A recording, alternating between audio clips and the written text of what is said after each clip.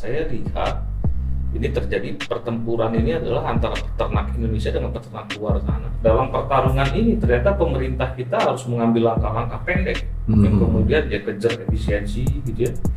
Bahkan untuk peternakan itu dikasih ada integrator dan lain sebagainya. Efisiensi Untuk memenuhi konsumen, memenuhi banget. iya, konsumen dapat harga murah. Harga murah.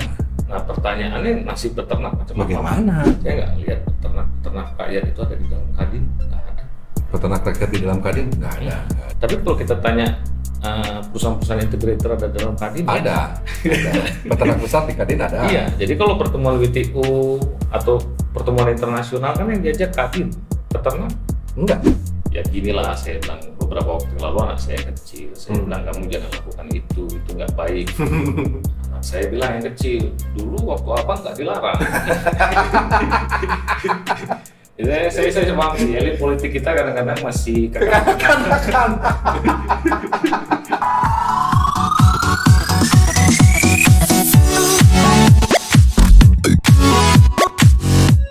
Sahabat Agripreneur, ketemu lagi dengan Pataka Channel. Kali ini di Basecamp Pataka kedatangan seseorang yang sangat spesial bagi saya. Saya kenalkan langsung, namanya Bapak Ahmad Alamsyah Syaragih, atau kalau kami biasanya menyebutnya Bang Alam. Bang Alam, bukan penyanyi dangdut ya. Bang Alamsyah Syaragih ini adalah anggota Ombudsman Republik Indonesia periode 2015 sampai 2020 ya. Ya, Jadi berapa bulan lagi Bang? ya 5-6 bulan. 5-6 bulan lagi. Istirahat dulu. Jadi habis itu mau istirahat ya? Istirahat. Saya pikir mau meramal lagi di Ombudsman lagi Bang. Iya, enggak.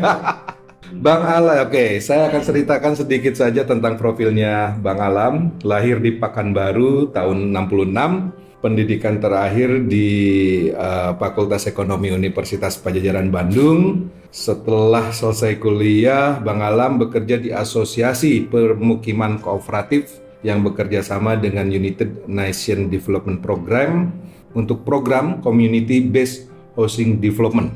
Terus juga pernah bekerja sebagai Local Governance Specialist pada inisiatif for Local Governance World Bank ya Bang ya, dari 2002 hingga 2008. Terus juga 2009 sampai 2011 Bang Alam pernah menjabat sebagai Ketua Komisi Informasi Pusat. Terus di Ombudsman membidangi pertanian, sektor apa aja? Sebelumnya saya di agraria, pertanian, tapi per Oktober yang lalu saya sudah pindah ke ekonomi 2. Ekonomi 2 itu areanya atau bidangnya itu ke keuangan. Oh, Kan. jadi nggak lagi pertanian ya? Udah nggak, sudah gantian. Sudah gantian. Walaupun dalam beberapa hal ya kita masih tetap harus saling backup di situ ya. Oke. Saya sedikit mengenang, kita ketemu tuh tahun 2016 ya Bang ya? 2016. Waktu itu Abang bikin heboh gara-gara ada 7 maladministrasi. Ya dulu. Orang tahunya ombudsman aja kadang-kadang orang masih bertanya. Apa sih ombudsman itu? Iya, tante ombudsmannya di mana gitu. Ombudsman. Memang itu kan istilah dari ini kan, istilah Iya. asing yang diserap jadi bahasa di undang-undang kita, kemudian akhirnya menjadi nama institusi dan dijelaskan dia punya tugas untuk melakukan pengawasan terhadap penyelenggara pelayanan publik. Yes. Ya, jadi itu mandat undang-undangnya. Nah, ada 2 tugasnya, satu menerima laporan terkait maladministrasi dalam penyelenggara pelayanan publik dari masyarakat, itu pasif, stelsel pasif kita. Yang kedua, kita diminta melakukan secara proaktif untuk mencegah dari maladministrasi. Persoalan saya pada saat masuk, orang istilah maladministrasi itu masih jarang. Iya, ada juga malpraktek. Ya, dan tugas kita pada saat itu ada kita berpikir, oke, dulu disingkat Ombudsman Republik Indonesia itu jadi ORI. Bercampur. Akhirnya kita putuskan saat itu, udahlah kita biasakan menggunakan istilah ombudsman. Kemudian kedua, kalau orang Indonesia sudah terbiasa dengan korupsi, kita bilang kita harus selalu menggunakan berulang-ulang tentang maladministrasi ini, supaya orang bertanya apa itu maladministrasi, pasti ya penyimpangan prosedur sedemikian rupa sehingga merugikan masyarakat. Ya. Saat itu yang 7 maladministrasi ini terkait dengan padi ya kalau nggak salah ya. Salah satunya ya saya mulai pada saat itu menyebut ada 7 potensi maladministrasi dalam sektor perberasan gitu ya. Nah, orang juga bingung di sektor pertanian kok bisa masuk sana. Ya, saya bilang saya punya rangka yang memang sudah khas gitu ya. Kalau saya melihat segala sesuatu itu saya selalu lihat rantai pasok. Yes. Di tiap mata rantai pasok itu dia ada bersinggungan dengan layanan dari pemerintah. Misalnya perizinan, penyediaan anggaran, subsidi. Nah itu semua adalah layanan administratif yang diberikan berdasarkan undang-undang pelayanan publik. Nah, kalau ada penyimpangan di situ, ada kendala, ada diskriminasi dan lain sebagainya, itu masuk kategori maladministrasi. Maka saya gunakanlah potensi maladministrasi. Orang akhirnya mulai ngerti ya apa maladministrasi. Maladministrasi, ada kayak Bung Fahri Hamzah yang kemudian juga mulai ikut mendengungkan istilah maladministrasi. Semua mulai menggunakan itu dan biasa. Sekarang kadang-kadang saya kaget juga main ke kepala desa, terus dia bilang dari mana Pak Ombudsman? Wah, saya pernah mengurus dana desa dan ada maladministrasi. Saya surprise juga. Saya berhasil ya mensosialisasikan maladministrasi itu apa? Ya pokoknya yang melanggar prosedur lah. Tapi ya nggak apa-apa. Maksudnya setidak-tidaknya apanya Pak yang melanggar prosedur? Dia kan dijanjikannya turun harusnya bulan sekian. Molor itu kan maladministrasi. Betul juga kan ya itu juga. Clear. Beda kualitas juga maladministrasi kan ya. Jadi pokoknya nggak sesuai dengan standar gitu itu masalah. Saya bersyukur juga artinya masuk sampai sana dan kemudian kita coba lihat di media. Di media itu KPK memang paling dominan dalam pemberitaan. Kemudian dilakukan analisis media. Kita pada saat itu urutan keberapa kecil sekali. Nggak terkenal ya. Bersama dengan waktu, kemudian kita masuk naik rating kita di bawah KPK walaupun masih jauh. KPK itu masuk 70% dalam kognisi pembaca gitu ya terkait dengan pemerintahan ini. Pokoknya KPK itu apapun juga laku gitu ya. Kami juga nggak ingin seperti itu sebetulnya karena buat apa juga dikenal tapi orang nggak tahu apa yang dilakukan. Betul. Nah ada ribuan laporan, kita ada 34 kantor perwakilan dan pada saat itu kita lihat wah ini harus diolah ini Ini yang ribuan laporan itu laporan ke seluruh atau seluruh ya? Kalau untuk terkait kasus pertanian banyak nggak Bang? Nah ini yang menarik. Jadi dari ribuan laporan itu saya pelajari kan. Ada yang seperti pendidikan itu tiap kali penerimaan mahasiswa baru, siswa baru selalu banyak laporan.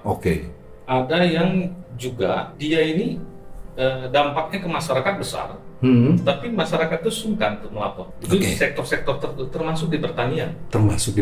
Jadi petani itu nggak punya tendensi untuk melapor. Tapi kalau misalnya ditemukan, itu keluhan banyak sekali. Tapi laporan justru sedikit. Nah, saya berpikir inilah dulu yang pembuat undang-undang ini mengapa memberikan hak proaktif dari ombudsman untuk mengatasi yang begini. Ketika saya baca di dalam regulasinya, oh ini dulu maksudnya. Jadi di Undang-Undang Ombudsman itu kita dikasih mandat untuk melakukan investigasi atas prakarsa sendiri. Justru untuk menjemput yang tadi yang nggak mau malas laporan ya. Akhirnya saya berpikir kriterianya apa, bisa abuse juga nih Ombudsman kalau semua tiba-tiba mau diinvestigasi sendiri. Iya. Maka kita kasih batas satu ada fenomena gitu ya, ukuran-ukurannya apa. Kedua ada public interest yang terganggu. Jadi nggak semua juga bisa kita langsung harus investigasi. Nanti kan jadi konflik of interest itu kita atur dalam peraturan ombudsman supaya kemudian semua ada ukuran. Nah dalam konteks beras karena pada saat itu di sektor pertanian ya saya dalami mata rantainya dan kemudian kita lihat titik-titiknya ada di mana potensi itu. Itulah yang saya sebut 7 potensi maladministrasi bahkan sampai potensi penyelundupan beras dan lain sebagainya. Ketika sudah dapat kita pada ada satu tahap yang kita harus lakukan deteksi namanya. Deteksi itu ya tim kita asisten turun untuk ngecek ada nggak evidence-nya. Ada ternyata. Ada ya. Jadi ya kalau sudah begitu apa ya kita harus dorong perbaikan. Nah cuma 7 ini kan dari hulu sampai hilir. Betul. Maka pada saat itu tahun pertama fokusnya apa dulu? Tahun kedua fokusnya apa? Dulu sempat ribut sampai soal cetak sawah dan lain sebagainya. Ya kami nggak punya kepentingan untuk mengkritik person ya pada saat kami ingin perbaikan. Dan akhirnya TNI mengakui kok memang ya harus dihentikan dulu. Bayangkan misalnya ada cetak sawah di pinggir sekali, petani bentuk kelompok ya bentuk. Tapi setelah sawah selesai ditanam sekali, mereka kemudian nggak dibiarkan tanam lagi, akhirnya sayang. jadi ilalang lagi kan. Nah, jadi temuan-temuan seperti itu ketika auditor dari TNI juga turun menyatakan ya valid dan tampaknya harus kita evaluasi. Maka kemudian pada saat itu dihentikan evaluasi. Oke. Nah, selanjutnya ya bukan tugas ombudsman lagi, silakan pemerintah mereformulasi kebijakan. Saya juga nggak tahu kalau kemudian pilihannya mungkin jadi food estate seperti sekarang gitu, terserah. Ya. Yang paling penting bagaimana supaya apa yang dianggarkan, dilaksanakan itu kemudian nggak sia-sia. Oke. Nah, terus setelah Abang mengeluarkan ada di, terutama yang saya amati di pertanian ya, maladministrasi di beras. Kalau di sapi? Di sapi rasanya kita dulu belum sempat masuk sektor ya. Pada saat itu kan baru di peternak unggas. Nah, kalau peternak unggas waktu itu tuh pernah datang kan? Pernah datang ya, tapi proses diskusi panjang lewat, kita dalami, semangat luar biasa ya. Seperti biasa saya turunin tim, saya minta mana regulasinya, terus rancang rantai pasoknya kita lihat. Setelah kita lihat, yang problem satu pakannya jagung, makanya kemudian kita sampai turun juga terakhir dengan Kementerian Pertanian ke segala macam sampai silo ke feedmill ya. Feedmill, dan kemudian kelihatan juga tampaknya ada sistem subsidi yang harus diubah, tapi pada saat itu kita prioritas pada penyediaan satu kepastian stok jagung deh. Jadi stok kalau surplus bisa bermanfaat dan akhirnya keputusan itu sudah dikeluarkan oleh Kementerian Pertanian ya pada saat itu, sehingga kalau nanti ada apa-apa mereka cepat untuk melakukan penyerapan itu dulu pada saat itu. Tapi kalau soal harga yang jatuh, kan kita sering lihat tuh ternak unggas kita sampai buang-buang daging ayam, buang-buang ayamnya bukan dagingnya. Ya, bagi-bagi ayam. Bagi-bagi ayam. Ya, bagi-bagi ayam. Buang-buang tuh potongan negatif. Nah, saya pada saat itu ada 2 minggu kita berdebat ya di tim, kita lihat rantai pasok ini ada nggak mata rantai yang ada kaitan dengan maladministrasinya di sini. Kita lihat tampaknya nggak ada, ini semua problemnya di regulasinya.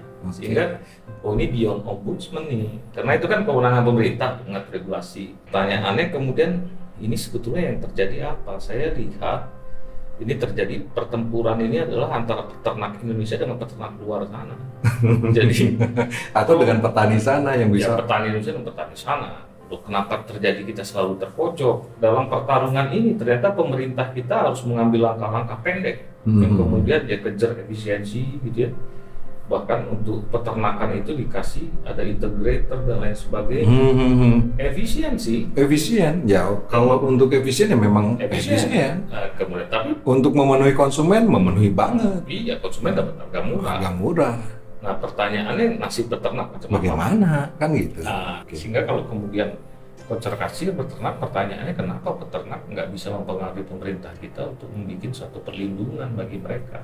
Wis, menarik sekali nih abang ini. Abang, kenapa peternak tidak bisa mempengaruhi? Ya, jadi kalau kita lihat di sana itu kan tergabung mereka dalam satu asosiasi yang kuat, dan kemudian kedua kalau dalam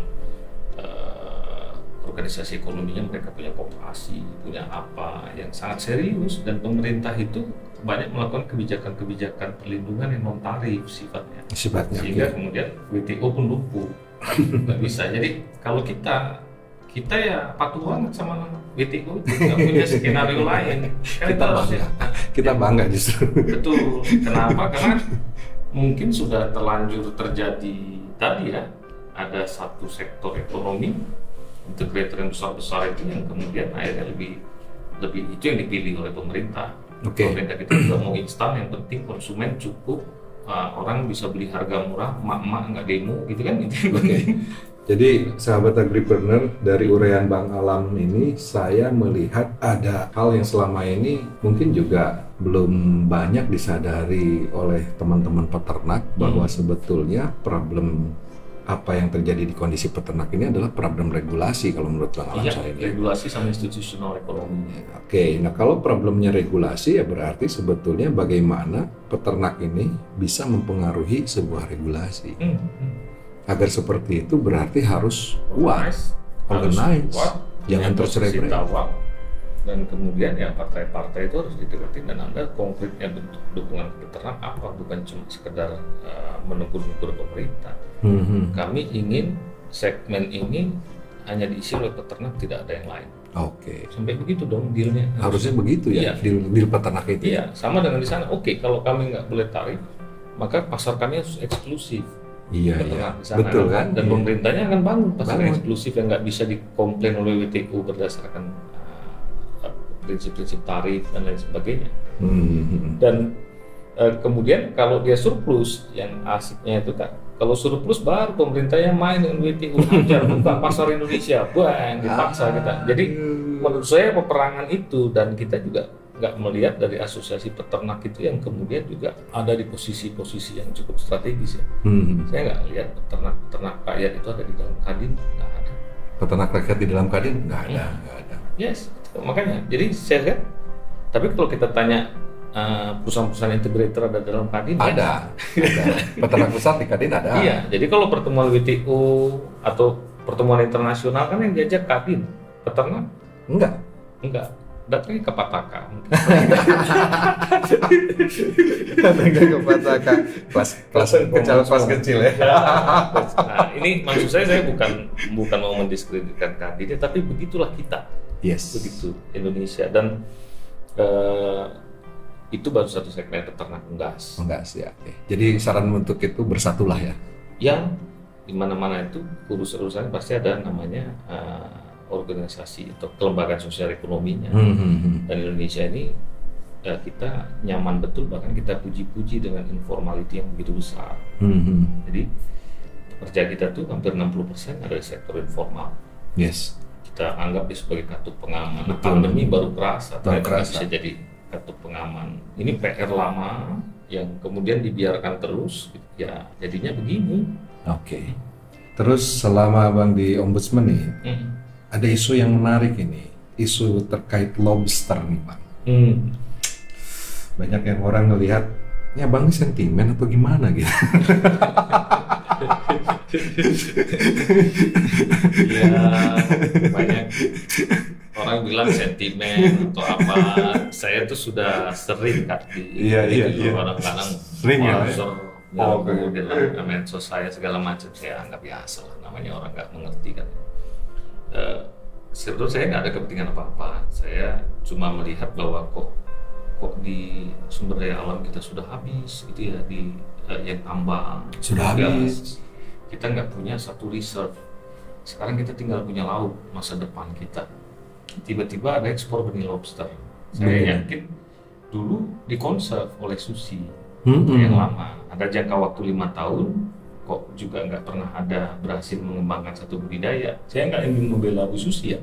Dalam hal ini kita harus akui juga 5 tahun kok kita nggak berhasil sih membuat satu budidaya lobster gitu ya. Macam-macam alasan pasti banyak. Banyak Pak ya.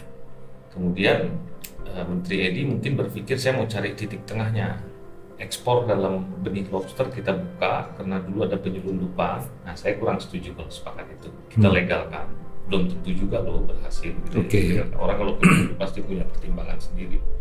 Yang kedua, ingin menyelamatkan para petani lobster.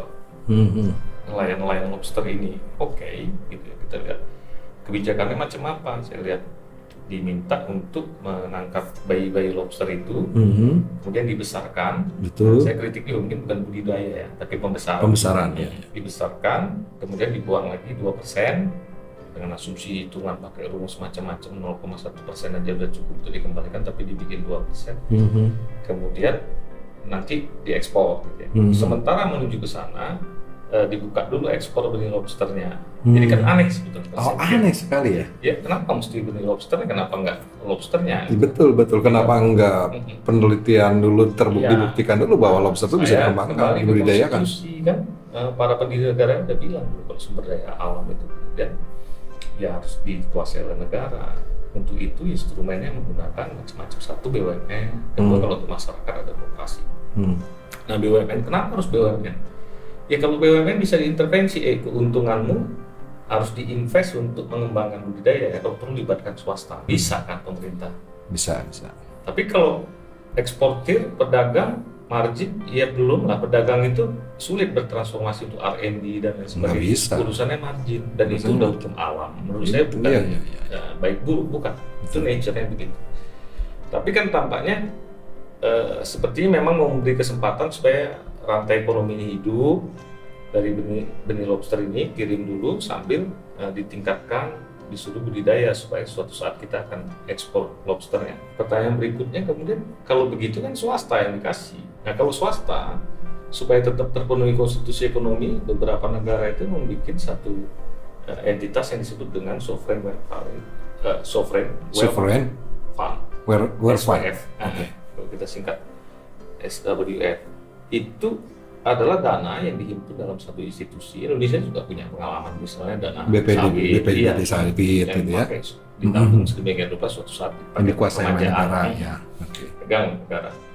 Nah saya juga membayangkan ya kenapa nggak dimulai bukan cuma untuk benih lobster, untuk semua sumber daya laut kita, perikanan tangkap gitu ya. Cina itu 16 tahun bisa punya sampai $900 miliar. 900 miliar dolar untuk iya, itulah yang mereka pakai untuk bangun rumah sakit dengan cepat pada saat kemarin pandemi gitu ya. Kita memang jarang menabung, semua dipakai untuk hari ini. Ada kawan-kawan dari KKP bilang, tapi kan ada PNBP. PNBP-nya satu kecil, kedua PNBP itu balik harus dihabiskan dalam 1 tahun. 1 tahun. Selesai. Nah, betul. Ini kan harus diriset. Sekali nanti suatu saat kita salah dalam menganalisis, ternyata ada ekosistem yang rusak. Ingat kayak dulu Bandeng.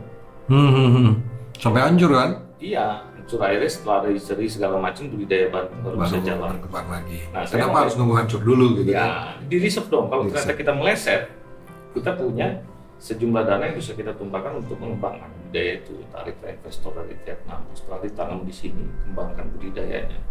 Jangan sampai nanti Vietnam sudah berhasil mengembangkan budidaya, kita masih sibuk mencoba-coba budidaya gitu ya, sampai ekspor benihnya dari sini. Soalnya mereka nggak perlu lagi benih dari sini. Sudah selesai.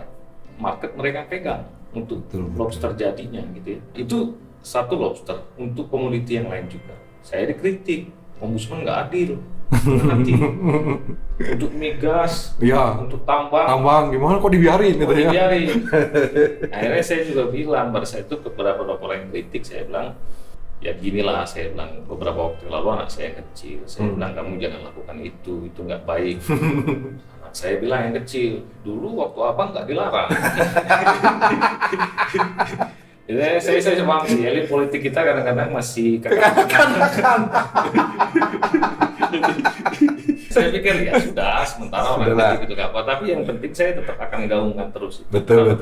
Pak Jokowi itu pernah habis pulang dari luar, kita harus punya sovereign wealth fund katanya.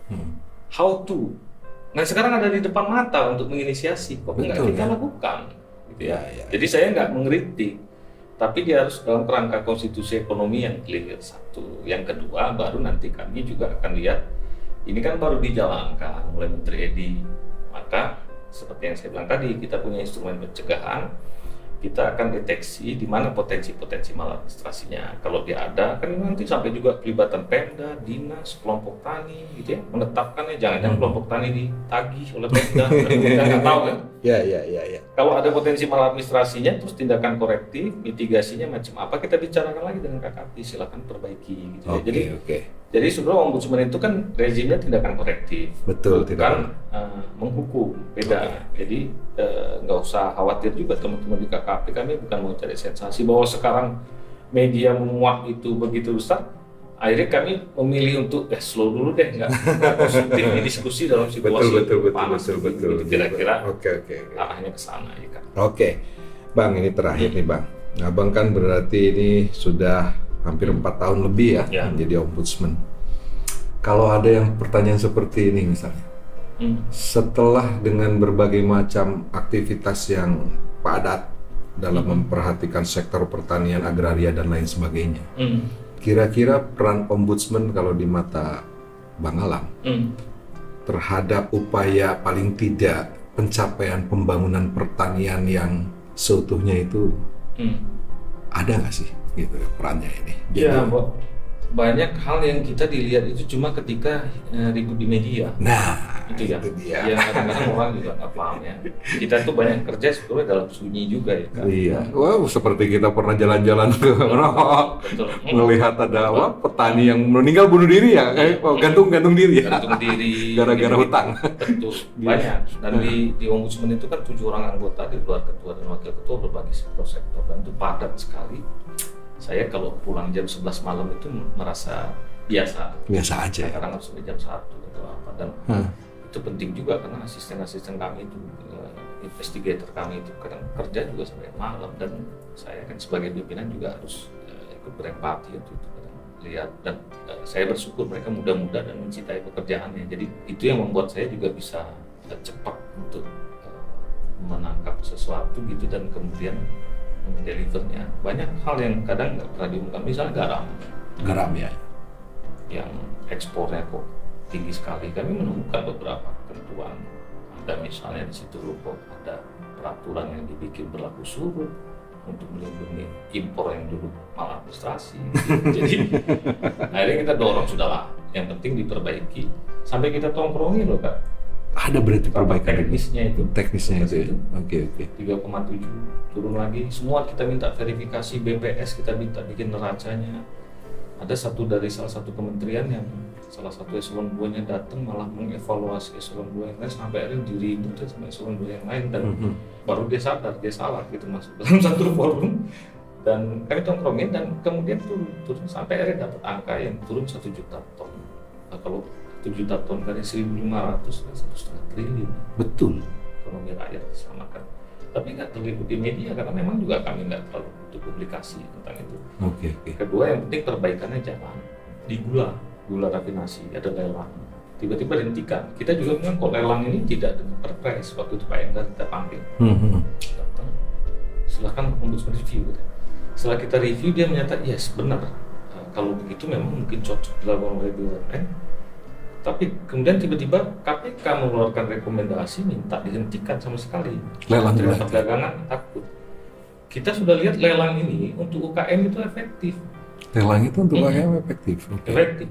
Sampai ketika itu dihentikan atas rekomendasi KPK, orang nyangkanya UKM yang kita datangin itu atas rekomendasi Ombudsman, protes Ombudsman. Sementara selalu dibilang padahal itu rekomendasinya KPK. Iya. Pada saat saya diskusi dengan teman-teman KPK, kami nggak lihat sampai ke sana Pak, kami cuma lihat legal review-nya. Jadi saya bilang kalau kita mengamati sesuatu itu mata rantai itu harus clear.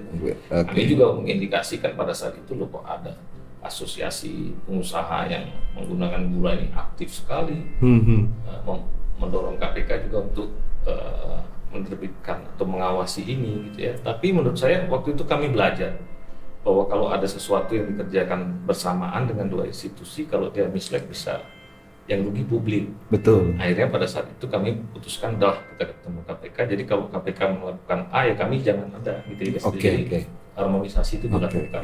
Kalau di padi? Kalau padi kita ingat dulu ya Pak.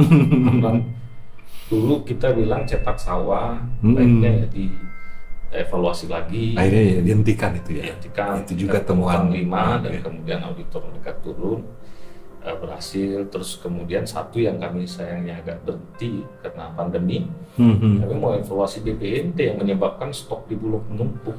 Ya, BPNT. Ya, itu. Sayang karena pandemi terhenti dulu. Nah, kalau enggak pada saat itu kami menemukan banyak yang janggal di sana. Ada banyak yang kejanggalan BPNT. Contoh ya, di sana itu tidak boleh sistem paket dalam pedomannya, tapi praktek di lapangan paket. Udah tertentu. Ya, komoditinya juga bebas memilih di warungnya, ternyata enggak. Jadi apa yang dicita-citakan itu enggak masuk, tapi kosnya terlalu mahal, stok jadi busuk di Bulog. Kedua orang bilang itu nggak Bulog karena banyak tikusnya maka kemudian kualitas berasnya buruk. Bukan. Karena dia harus menyerap pada saat kualitas yang buruk. Iya. Jadi menurut saya juga itu kan satu yang dulu kita sebut salah satu potensi maladministrasi itu ya. Nah, itu sebetulnya saya berhenti. Sebetulnya kami mau dorong untuk memperbaiki sistem itu secara keseluruhan. Kemarin nggak bijak juga kalau Ombudsman turun di masa pandemi, sementara kita butuh kartu sembako, mau nyebar sembako. Pangan di mana-mana segala macam ya. harus wise ya, berhenti dulu itu di beras ya, BPNT. Kemudian jagung. Saya ceritakan tadi, saya sampai turun ke Fitmil, bahkan sama teman-teman Kementerian Pertanian melihat dan lain sebagainya. Tapi orientasinya pada saat itu mengamankan regulasi untuk stok gitu ya. Sewaktu-waktu diperlukan sudah regulasi juga sudah beres. Gitu. Nah itu semua saya lakukan tanpa sadar 4 tahun habis loh. Tapi ya saya senang, artinya tuh direspon baik dan kemudian ada beberapa perbaikan ya berjalan yang kemudian juga nggak terpublikasi ke publik, yang saya hitung selalu apakah anggaran yang dikeluarkan untuk ombudsman ini manfaatnya setara dengan nilai ekonomis yang terselamatkan. Tapi kalau saya melihat tapi kalau saya ngelihat tuh seperti ombudsman tuh kayak apa ya? Bagi petani peternak itu yang saya amati itu, jadi semacam teman curhatnya. Ya. ada ya, saya lihat seperti itu. Mereka datang, tapi kan mereka mungkin nggak bisa melaporkan karena itu beyond administrasi. Kami lakukan akhirnya dengan skema investigasi proaktif tadi. Dan kadang-kadang ya kayak sekarang contoh yang sedang berjalan nih Kak ya, peremajaan sawit. Orang kan kalau tahu untuk kebijakan B20 kita masuk. Masuk, kita lihat 2 step, saya bahkan dengan Pertamina datang turun SDM melihat ini pertama kali penyederhanaan rantai pasok nih begitu berubah. Sawit itu secara geografis ada di barat, Riau dan lain Sumatera, sementara titik-titiknya untuk minyak selama ini kan tersebarnya beda. Akhirnya dilakukan penyederhanaan rantai pasok pada saat itu berhasil. Kementerian Perekonomian juga terus mendorong itu beres. Step kedua kita mau lihat ini kalau naik B30 naik ke B40 cukup nggak? Nah kita cek, minta buka, hitung neracanya. Setelah dihitung, udah tipis. Nanti kalau disedot semua untuk itu habis minyak goreng ikut naik harganya. Mama kamu nggak ada choice. Iya, kita apa juga nggak ada. Bensin murah tapi mak ngamuk kan, repot kita. Public policy itu sering gitu. Akhirnya kita bilang nih kalau gitu produktivitasnya cek. Begitu kita cek sawit rakyat itu 1,2 cuma. Sementara untuk Astra 3 sudah itu 3,5. Malaysia bahkan sudah juga tinggi. Kalau gitu kuncinya peremajaan sawit rakyat. Kita ngobrol sama BPDB sawit macam. Ternyata ada keluhan dari petani sawit, lambat proses. Ada beberapa item yang kita minta diperbaiki. Sudah penyederhanaan prosesnya dari sekian syarat turun tinggal 7 sekarang gitu ya. Tadi pagi juga petani sawit bilang sekarang agak cepat Pak, enak untuk peremajaan tolong ya. Terus kami minta juga standar pelayanannya diubah. Sudah dirancang oleh BPDPS dan nanti PMK gitu, peraturan Menteri Keuangan dibikin tentang standar pelayanan minimumnya itu. Diubah. Dari Kementan juga sudah menggunakan surveyor dan lain sebagainya supaya lebih cepat gitu ya. Situ beres, tapi kami minta juga di-review sistem peremajaan untuk yang non plasma. Kalau plasma kan dia kerja sama pabrik. Yang non plasma yang saya saudara ini gimana problemnya? Review bang itu ada problem tanah, problem apa nanti gitu ya. Tingkat. Nah, BPKP kemarin menghubungi dan kami sudah rapat dengan BPD Sawit dengan Kementerian Keuangan karena ada surat dari Kementerian Keuangan berdasarkan permintaan Ombudsman diminta untuk melakukan review karena ini program strategis nasional ya, PSN dan tugas BPKP. Nah, sekarang sedang berjalan, nanti kita lihat hasilnya. Tapi kalau itu terjadi lumayan membantu. Sekarang juga dana pendamping yang dulu dianggap terlalu besar oleh petani sekarang udah 0 gitu ya. Udah bisa lebih cepat. Kelihatannya sih kalau diobrolin di media nggak terlalu tertutup, tapi ini menyangkut ribuan petani. Betul sekali Pak. Jadi, dan kalau saya lihat tadi itu betapa sebetulnya pelayanan publik kita itu di sektor pertanian bermasalah, banyak masalahnya. Banyak sekali. Dan lagi-lagi tadi kami akhirnya ngobrol, ini salah satunya lagi-lagi kelembagaan sosial ekonomi petani kita. Itu udah bertahun-tahun kita biarkan. Saya nggak tahu nanti kalau saya ketemu Kang Teten mungkin saya harus tanya juga. Dia lakukan, paling-paling dia pusing dengan UKM sekarang yang lagi harus diselamatkan ini, tambah lagi petani sawit. Boleh buat. Tapi saya pikir tadi saya melihatlah ada geliat dari petani peternak. Dengan adanya ombudsman ini seperti ada pintu untuk curhat, untuk menyampaikan permasalahan. Saya nggak kebayang kalau sebelumnya nggak ada ombudsman itu ke DPR juga udah dindingnya terlalu tinggi. DPR itu ibunya ombudsman. Ibunya ombudsman kan? Rezim pengawasan itu kan ada di legislatif. Tapi kan mereka memang mengurusi banyak dan sisinya pengawasannya politik. Ya. Jadi untuk yang sifatnya teknikal, administrasi, ya wajar kalau dia turunkan anaknya namanya ombudsman. Yes, dan kita berharap ombudsman makin ke depan itu makin kuat ya. Ya, untuk mendorong agar pelayanan publik ini makin baik gitu ya. Saya berharap nanti pimpinan baru berikutnya setelah saya selesai di ombudsman ini bisa lari lebih kencang dari saya, lebih bermanfaat. Kedua, selama saya di ombudsman itu ya kan, saya hitung-hitung berapa sih logistik atau dana yang sudah terselamatkan dari masyarakat atau dari pemerintah. Banyak triliunan, terus kalau dibandingkan dengan anggaran ombudsman itu bisa 10 sampai 20 tahun dari anggaran ombudsman.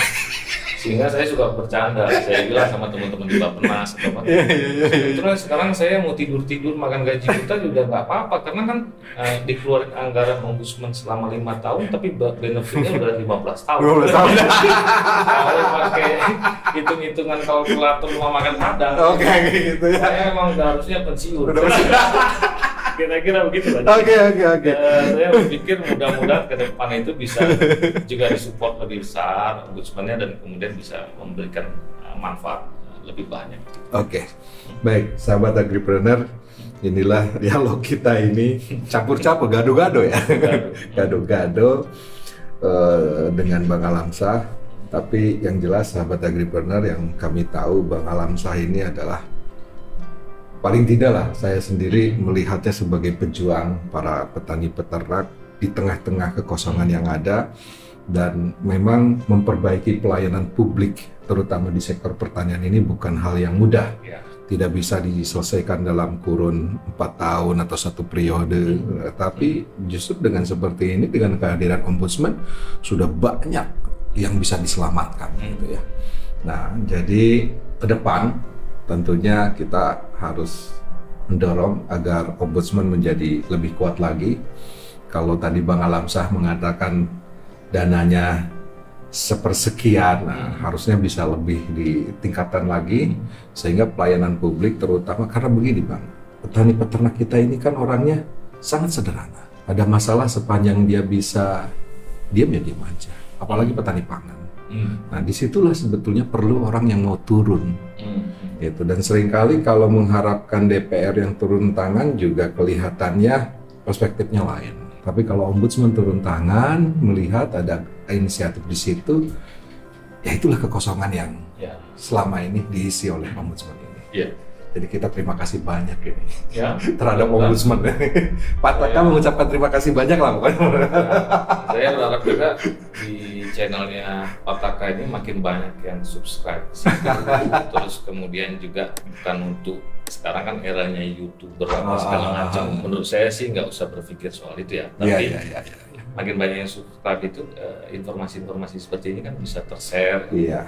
Jadi gerak Pak Taka Channel ini sebetulnya bukan mau jadi YouTuber Bang, tetapi kita ini ranah untuk menyampaikan informasi. Jadi bagi publik yang ingin cerdas terhadap isu-isu pertanian, isu pangan, silahkan subscribe channel. Saya berharap sekali waktu juga Pak, misalnya Pak Menteri atau apa bisa ngobrol sama saya. Iya. Tujuannya itu membuat sesuatu forum yang lebih cair ya. Lebih cair ya. Orang bisa mengakses informasi, interaksi. Jangan berpikir soal seperti sekarang orang ingin dengan YouTube maka bisa ada dana segala macam, buang aja tuh. Jauh pertanian nggak bisa digituin. Ya lain lah. Ini objeknya lain. Kadang-kadang ini kan orang kalau orang sudah bikin YouTube itu nyangkanya dia mau cari duit dari YouTube. Terlalu simpel. Ini memang kita nggak bisa hindarkan orang menyangka begitu ya. Tapi saya sih setelah beberapa kali melihat di Pak Taka Channel ini, saya pikir ini enak untuk berbagi, ngobrol santai. Saya bisa menjelaskan ombudsman dengan cara yang tidak terlalu serius dalam konteks pertanian. Suatu saat saya harus menjelaskan dalam konteks kesehatan di kanal yang lain ya. Kanal yang lain. Kira-kira gitu. Oke, baik. Terima kasih kalau gitu kehadirannya Bang Alam. Ya, semoga percakapan kita ini, dialog kita kali ini bermanfaat lah bagi publik untuk mengetahui apa sebetulnya yang telah dilakukan Ombudsman bagi membaiknya pelayanan publik di sektor pertanian ya, Bang ya. Oke, terima kasih Bang atas kehadirannya. Ya, thank you.